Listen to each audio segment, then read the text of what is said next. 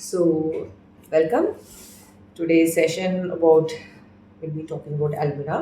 Continue करेंगे हम पिछले पार्ट से एंड मुझे एक कमेंट आया है एंड जिसमें बताया गया कि ऑडियो क्लियर नहीं है सो मैं एक्चुअली एयरपोर्ट से ट्राई रिकॉर्ड कर रही हूँ फिलहाल सो फॉर बेटर हियरिंग आप भी हेडफोन्स यूज़ कीजिए the audio through headphones are good ठीक है इट्स गुड सो चलिए हम लोग स्टार्ट करें आज का from Dr. Shalini from Dr. Shalini's Homeopathy Clinic.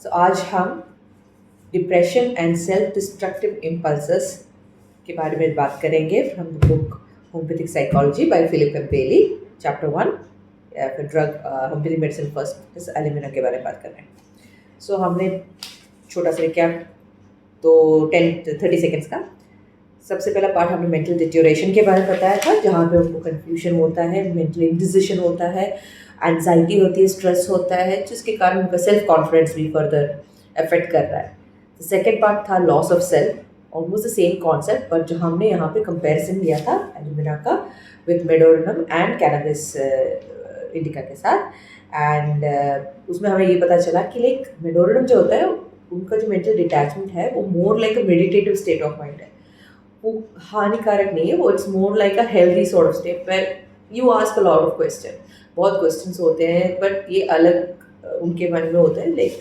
बोलते हैं ना स्पिरिचुअलिस्टिक व्यू में बताया गया है उनका जो डिटैचमेंट है एलिमिना का वैसा नहीं है वो हमेशा ही उनका डिटैचमेंट रहता है मेडोरिन का ऑन एंड ऑफ रहता है एंड वो खुद जानते हैं कि वो एक प्रॉब्लमेटिक डिटैचमेंट है उनका लाइक मैं एक तीसरे व्यक्ति के रूप से अपने आप को और अपने दिनचर्या को देख रही हूँ जिसमें वो प्रॉब्लम दिख रहा है उनको महसूस हो रहा है मेडोरिन में वैसा नहीं होता है हालांकि अलग physical generals and mental conditions है जो को डिफ्रेंशिएट करता है नाउ आज depression and self destructive impulses के बारे में पार्ट हम will be covering so let's start the confusion and lack of identity may bring to mind another remedy, phosphoric acid. Unlike the latter, however, alumina is prone to powerful emotions, particularly despair, anger, and anxiety. The mood often alternates between despair and a relatively contented state, changing several times within a day. Kent के हिसाब से mood changeable also mention है इसका मतलब जो हमारे जो acid phosphoric है फॉस्फोरिक एसिड जो है उनका भी एक sort of lack of identity या फिर कंफ्यूजन है उनके खुद के ऊपर बट उनमें वो ये क्या बोलते हैं जैसे हमने बोला ना हिस्टीरिया है एल्यूमिनियम वो फैक्टर मिसिंग रहता है उनमें जो मूड स्विंग्स नहीं रहता है वो बहुत जल्दी गुस्सा बहुत जल्दी एंगर बहुत जल्दी इरिटेटेड ये सब फेसेस फॉस्फोरिक एसिड में देखने को नहीं मिलेगा ठीक है so now during depressive moods alumina will feel hopeless and will often contemplate suicide. There may be a great deal of weeping, or the patient may not weep at all, but simply withdraws into silence like natrum and aurum. One alumina patient would burst into floods of tears as soon as she sat down in the consulting room, get weeping involuntary कहते डाला गया है, and cried throughout the consultation, until having tried sepia with only slight effect. I gave her alumina 10 m, after which she did not cry at all during the consultation and said that her moods had become a lot more stable. So, इन्होंने कहा कि एक ऐसी patient आई थी जो consultation room में बहुत रोती थी जैसे एल्यूमिना में है कि या तो बहुत ही रोएंगे या फिर अपनी शेल के अंदर शेल यानी अपने जो क्रैब के अंदर चले जाते हैं एकदम अपने ही अंदर सिमट जाते हैं जैसे नैट्रम म्यूर ऑरम है म्यूर नहीं like natrum group and Aurum group के मेडिसिन हैं तो उनकी कंसल्टेशन रूम में एक पेशेंट आई तो जो बहुत रो रही थी बैठ के रो रही थी बात करते करते रो रही थी तो उनके केस टेकिंग बेस पे उन्होंने सेपिया दिया जो ज़्यादा उन्होंने फ़र्क नहीं दिखा then he gave alumina 10 m उसके बाद वो कंसल्टेशन रूम में आई एंड जब बात करती वो रो नहीं रही और उन्होंने खुद कहा कि उनके मूड्स में बहुत बहुत ही चेंजेस हैं now alumina is predominantly a female remedy जिसे हम पहले कहा एक स्त्रियों के लिए ज़्यादा बेस्ड है and there is often a marked increase in moodiness before the menses. Also, उनकी suicidal thoughts जैसे पहले वाले में के बताने के लिए उनको suicidal thoughts भी आते हैं जब वो anguish में रहते हैं इनका जो moodiness है वो menses के टाइम periods के टाइम बहुत ज़्यादा हो जाता है. Both despair and aggression may increase at this time, along with the fear that the patient will hurt herself. Alumina has a very characteristic impulse to kill herself when she sees a knife or other sharp object. One patient was constantly resisting the impulse to kill herself with a razor. Kent, seeing blood or knife, she has horrid thoughts of killing herself, though she abhors the idea. Alumina को जो है suicide tendency है वो अलग, but इनका एक दूसरा है कि जब भी खून देखते हैं या फिर चाकू छुरी देखते हैं तो उनको एक बहुत ही भयानक सा फीलिंग आता है कि मैं उसको लूँ और खुद इंजरी करूँ, खुद से मैं उसे काटूँ, खुद अपने आप को काटूँ. एंड वो खुद इस सोच से ही उनको घिन आती है. बट शी हैज़ दैट, वही है, वही फीमेल प्रोडोमिनेंट फीमेल रेप्टिक्स में ये बहुत ही कैरेक्टरिस्टिक symptom, mental symptom है. As Kent suggests, Alumina is prone to these impulses even when she is not feeling depressed. अब Kent बताते हैं कि ये सिर्फ डिप्रेशन में ही नहीं, अगर वो डिप्रेस नहीं है तब भी उनको ये फीलिंग्स आती हैं. The same moods that possesses the Alumina patient premenstrually may endure longer in the form of postnatal depression. At this time, the impulse to kill the child may be more prominent than the suicidal tendency, and this may produce both horror and profound feelings of guilt in the poor alumina mother. So ये जो mood swings होते हैं ना, ये प्री-मेंस्ट्रुअली जो खुद को चाकू छुरी से हर्ट करने का टेंडेंसी होता है, वो पोस्टनेटली यानी हम डिलीवरी के बाद जब बच्चा पैदा होने के बाद जो पीरियड होता है उसे पोस्टनेटल पीरियड कहते हैं. उस टाइम पे भी हमें पोस्टमार्टम डिप्रेशन के जो फेज़ होता है उस टाइम पे जो खुद को इंजरी करने से ज़्यादा बच्चे को हानिकारक करने उसको हाथ पहुंचाने की चिंता ज़्यादा होती है. एंड वो जानती है एंड उससे उसे बहुत घिन भी आती है खुद पे, बहुत डर भी लगता है उसको, बहुत कन्फ्यूजन में क्यों मुझे ऐसा सब थॉट प्रोसेस आ रहे हैं. ठीक है. Alumina is not listed in Kent's repertory for either desire or aversion to company, and I have not found either to be consistent. Some alumina patient wants company when depressed, whilst others avoid it. So Kent में particularly mention नहीं है कि वो company desire करते हैं कि नहीं desire करते हैं, but फिलिप एंड बेल कह रहे हैं उनकी खुद की पर्सनल एक्सपीरियंस में उन्होंने देखा है कि जब कभी कभी कोई पेशेंट कंपनी पसंद करते हैं, कोई पसंद नहीं कर सकते, वो एक क्राइटेरिया करके बोल नहीं सकते कि नहीं वो पसंद करते तो एल्यूमिना होगा, वो डिफरेंशिएटिंग क्राइटेरिया नहीं है. One depressed alumina woman reported a strong feeling of self-loathing and a feeling that she didn't want to see or talk to anyone, which lifted after taking the remedy. So उनके पास एक example है, बता रहे हैं कि एक alumina patient आई थी उनके पास जिनको खुद से बहुत घिन था, खुद से बहुत नफरत करती थी और उनको किसी से बात नहीं करना था, किसी को भी देखना नहीं था. उस टाइप के स्टेज में वो दौर से गुजर रही थी अपनी ज़िंदगी में. एंड तब उन्होंने एल्यूमिना दिया एंड उसके बाद वो जो फीलिंग्स बहुत हद तक बेटर हुआ. सो ये हमारा पार्ट हो गया है depression and self destructive impulses के बीच में. मैंने पिछली बार कहा था कि मैं पार्ट बाय पार्ट करूँगी, पर आज सोच रही हूँ वायलेंस भी हम लोग कंटिन्यू कर लेते हैं, छोटा सा ही पार्ट है. ठीक है. सो नेक्स्ट पार्ट है एल्यूमिना के वायलेंस के बारे में explanation. So alumina should come to mind whenever the homeopath comes across a case which combines mental confusion with violent thoughts and impulses. यानी एक तरफ से वो व्यक्ति कंफ्यूज्ड है क्या करना है, दूसरी तरफ उसके थॉट्स बहुत ही भयानक है, बहुत ही वायलेंट थॉट्स है. उसको खुद को मारना है या माँ है तो बच्चे को मारना है, चाकू देखना तो काट के मारना है, ऑल दो स्टफ्स उनके थॉट्स आ रहे हैं. Alumina feels violent at times towards herself and at times towards those around her. कभी कभी खुद पे, जैसे मैंने कहा, फिर कभी कभी जो उनके आसपास है, इर्द गिर्द है. She may be subject to sudden bouts of rage, although often she will not take out her rage on others, but rather slams the doors and smashes things or curses out loud.